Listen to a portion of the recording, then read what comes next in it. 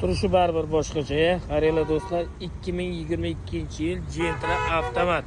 Rangi qora, Newmax 4 ta yangi balonda, tonirovka ruxsatnomasi bor. Mashina polniy shumka bo'lgan 3-paketida metan. Obshipkalar ham yaxshi, chizilib, qirilib ketmagan. Evakor polik, chexol, Malibu bar. Ko'rib turibsizlar, torpedka ichigacha, patologgacha polniy shumka bo'lgan. Holati yaxshi, motor, korobka, hadovoyda umuman ish yo'q. Kraskasi top-toza. Xohlang albatta o'zingiz uchun tekshirib oling, shu ertangi kunda yolg'onchi bo'lib qolish bu yomon. Shuning uchun keling mana tepasida gaplashamiz.